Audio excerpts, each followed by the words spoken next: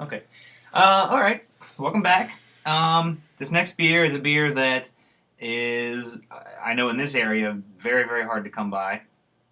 Uh, it is a St. Bernardus beer brewed in the area right near West Vletter. In fact, I've heard a lot of rumors that they use the same source of hops as West Vletter, and so that the St. Bernardus Op 12, which is their quadruple, which I absolutely will review, is phenomenal.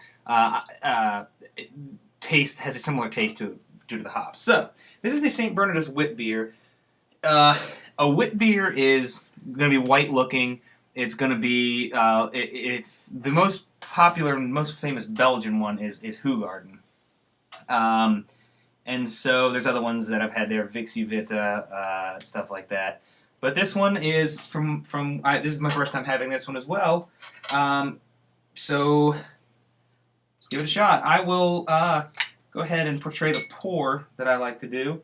This one doesn't fizz up like the Op 12. The Op 12 just shoots out of the bottle. I assume primarily because of the secondary fermentation. So, how I usually pour the Belgian beers, and this goes for most of my beers, but I do it like this. You tilt the glass at about a 45-degree angle, take the bottle, and just start pouring slowly, letting it hit the side of the glass.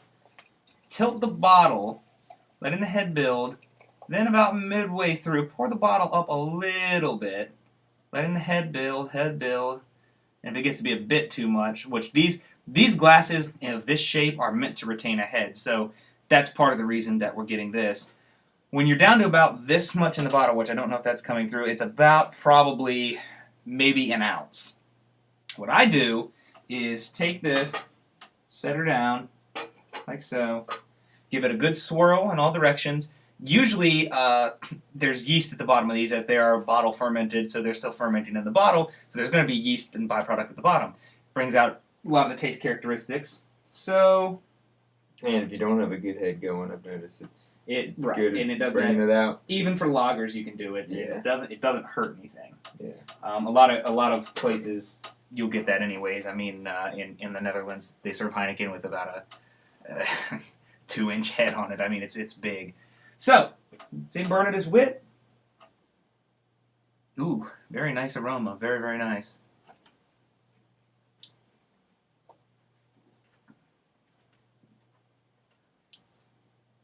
Very good.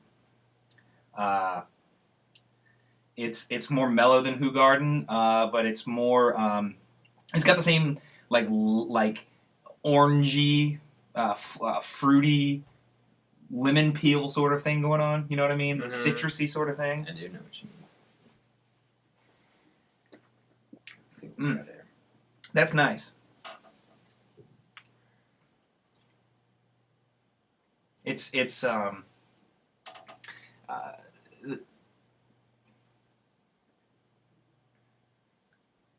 yeah, it's really good. Yeah. It's less, I would say it's less spicy than Hoegaarden. It is. It's less spicy. It's more, it's obviously, being that it's less spicy, smoother, little less on the, it's got the same taste, like, profile, so to speak, but that's typical of a wit beer. It's got a more robust sort of, it's, for a 5.5% alcohol beer, it's got a very, very full body. Sometimes it's harder to find on the lower gravity beers. That's a good one. Your thoughts? I think it's really good. I might like it better than Hoegaarden. Yeah, I think I do, actually, in fact. What the hell was that again? I'm getting confused over here. All these beepings going on and this stuff. I think it's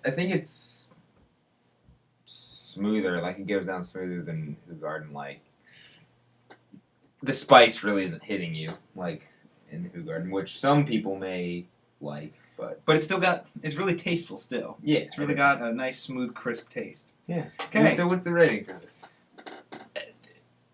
When we do talk about these ratings too, it is subjective to style. I'm not gonna. I like certain styles better than I like others. So, for example, I am rating it on an overall scale, but I'm also rating it on a for that style scale. This is one of my styles that I really do like is the Belgian Wit beer or a German Hefeweizen. I will be reviewing many of those, believe you me. I'm going to give this a... This is an A- for me. I'm going to give this about a 90, 92, 91, somewhere in that area. It's very, very nice. I'd go with a B+ if I had to put it to a letter grade. And being that it's one of my favorite styles, it's harder to give it that high rating because I know how many there are out there that I do like. It's not my favorite style, but it is one of the styles that I really do enjoy. Very crisp, very clean, very just citrusy. Just it's got a lot of citrusy and like he said, not the peppery aspect of Hoegaarden, and not the also somewhat overly carbonated watery aspect. Because Hoegaarden does have a hint of that, which we'll review that in a later episode. But I do like it. I do like the beer. So yeah, about an A- to 92. And you also got to keep in mind with all reviews of things like this, it's all subjective to moods a lot too. Yeah. So if we try beer for the first time, our opinion may change over time. Yeah. So. And if that does happen, we will say something revisit about it. Yeah, we'll revisit it, and if we don't revisit it, and we have revisited it at some point and said, oh, wow, this beer is a lot better than I remembered it, then we'll go ahead and mention that here, too, because it's just like food. If you could have the best food, technically speaking, ever, but if you're not in the mood for it, it might not hit you that way. So it's a lot like that. Right now, these are all hitting me nice, and it's hard for me not to enjoy Belgian beers. But yes, so this one, very nice. I suggest it. Hard to find, but if you can, get your hands on it. St. Bernardus Wit. The Pierre, I hope French people aren't watching because I really am scared.